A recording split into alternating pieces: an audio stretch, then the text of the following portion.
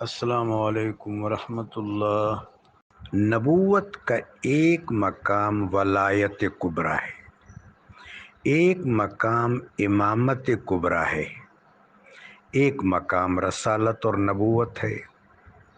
اولو العزم من الرسل کی تعداد آپ کے علم میں ہے کہ 5 انبیاء کو قرآن عظیم نے اولو العزم من الرسل کہا ہے۔ میرے آقا و مولا علیہ السلام، سیدنا نوح علیہ السلام، ابراہیم علیہ السلام، موسیٰ و عیسیٰ علیہم السلام، 313 رسول ہیں، انہی صاحب شریعت ہیں۔ 1,24,000 کم و بیش انبیاء کا ذکر کیا جاتا ہے۔ اس حوالے سے جس روایت کو اساس بنایا جاتا ہے وہ حضرت طبری کی روایت ہے، لیکن اس سے زیادہ تعداد بھی اہل علم کے یہاں مذکور ہے۔ اغلباً کستلانی رحمۃ اللہ علیہ نے 3 لاکھ تعداد لکھی ہے۔ قرآن عظیم سے یہ بات مستظہر ہے،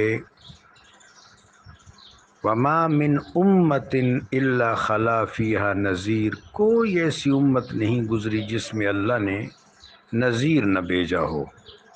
إِنَّ لِكُلِّ قَوْمٍ ہاد، ہر قوم کے لیے اللہ تبارک و تعالیٰ نے ہادی بھیجا ہے۔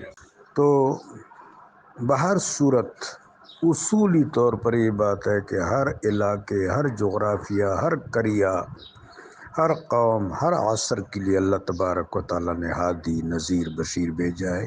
یہ تمام کے تمام انبیاء اکرام یا رسول عظام علیہم السلام ہیں۔ اب نبوت کے 3 مراتب ہیں۔